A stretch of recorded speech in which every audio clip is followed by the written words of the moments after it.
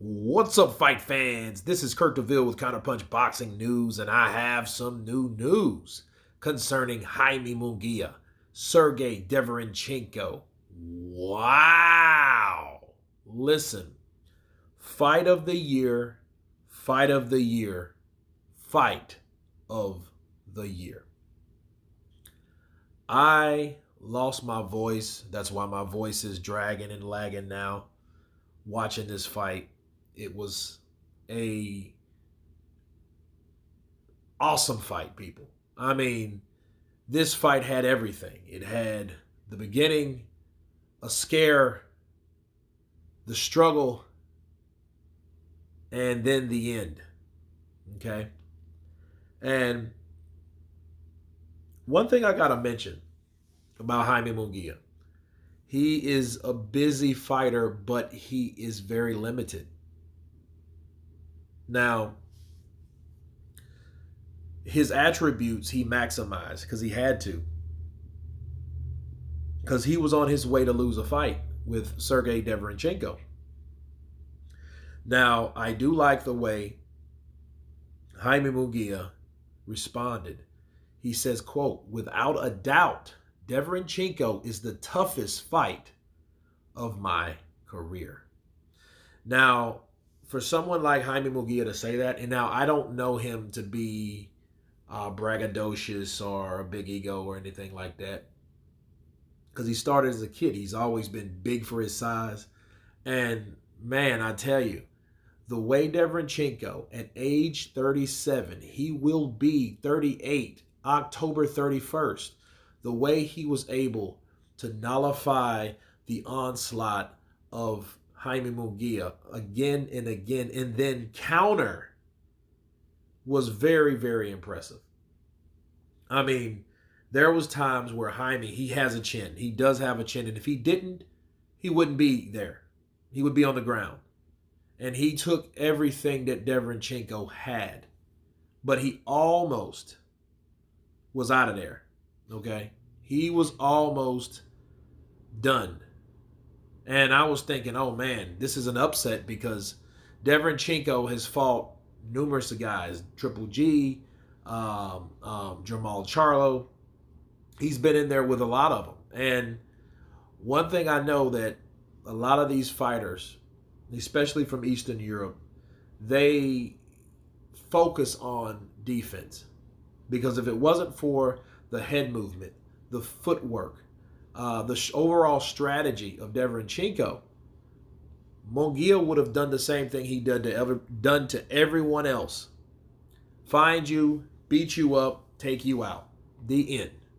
Right? And it was very surprising. And I know Oscar De La Hoya, the look on his face, he was trying to tell Jaime, hey, please move your head. You know, Jaime has a lot of work to do. And the strange thing, and here's the strange thing about it. Jaime Munguia was looking for these big fights. And now looking at Jaime Munguia, I think he's found his dancing partner. Now, the question is, can Derevyanchenko hold up? I mean, he's 38 years old. You see he got tired in that fight. So he did a lot of moving and he did a lot of dodging. But you can tell he was getting tired. And you can see the old man come into play because he punched and hit Jaime Munguia with everything that he had, right? And he punched himself out several times. And Jaime was still there. Now, I do admit, I believe that the referee was more towards Jaime. I think he was, set in play. I think this is a Bridger fight, people. And the thing about these type of fights, these Bridger fights, they have to have something in play that helps the money man or the potential money man. Because Jaime Munguia is a guy that's looking for a big fight. And Derevyanchenko was supposed to be ripe for the picking. That's why he was chosen. See, Oscar De La Hoya knows how to pick fighters. He did the same thing with Canelo and Triple G. He's done that a lot. He knows, like, look, let's take on Derevyanchenko, tough customer, but he didn't expect him to be that tough. And if it wasn't for the body work, Munguia found that body because he was headhunting the whole fight. And when he finally reached to the body was there.